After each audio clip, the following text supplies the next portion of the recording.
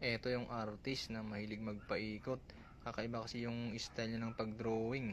Ginagamitan niya ng bilog na pinapaikot-ikot niya. Ganyan lang oh. Yung unang ginawa niya, dinugtungan niya ng mga bilog-bilog habang pinapaikot. Ayan na siya oh. Anong itsura yan? Sa kanya lagyan ng tuldok-tuldok. Ayan na oh, parang gumagalaw na oh. Parang sumasayaw yung drawing niya. Ngayon, iba naman yung gagawin niya. Nilagyan naman ng ibang kulay. Bilog-bilog naman. Saka tuldok-tuldok ulit. Ang ganda ng itsura niya kapag umikot ng mabilis oh. Parang gumagalaw yung drawing niya oh. Diyan oh. Ang ganda. Galing, galing, galing. Pwede nyo itong gayahin din sa mga mahilig mag-drawing dyan. Yan na naman. Dinugtungan na naman oh. Yung mga tusok-tusok. Nilagyan ng mga tuldok-tuldok.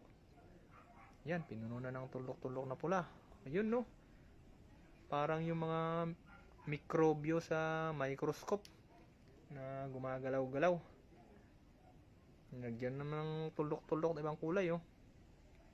Makulay na tong drawing niya. Ayun. Parang ano na, nagrarumble yung mga germs. Galing ah. Parang lumalabas sila doon sa binilog-bilog niya kanina. Tapos yung may tusok-tusok oh. Para lalo pang gumanda, dinagdagan pa yung mga tuldok-tuldok niya na kulay blue. Ayan na oh. Kinalat-kalat na lang kung saan-saan. O yun oh, parang mga mikrobyo talaga sa microscope. Ayan oh. Mga gumagalaw-galaw ba. Ang daming mikrobyo. Parang ganyan no. Magaling. Pwedeng pwede ito gayahin.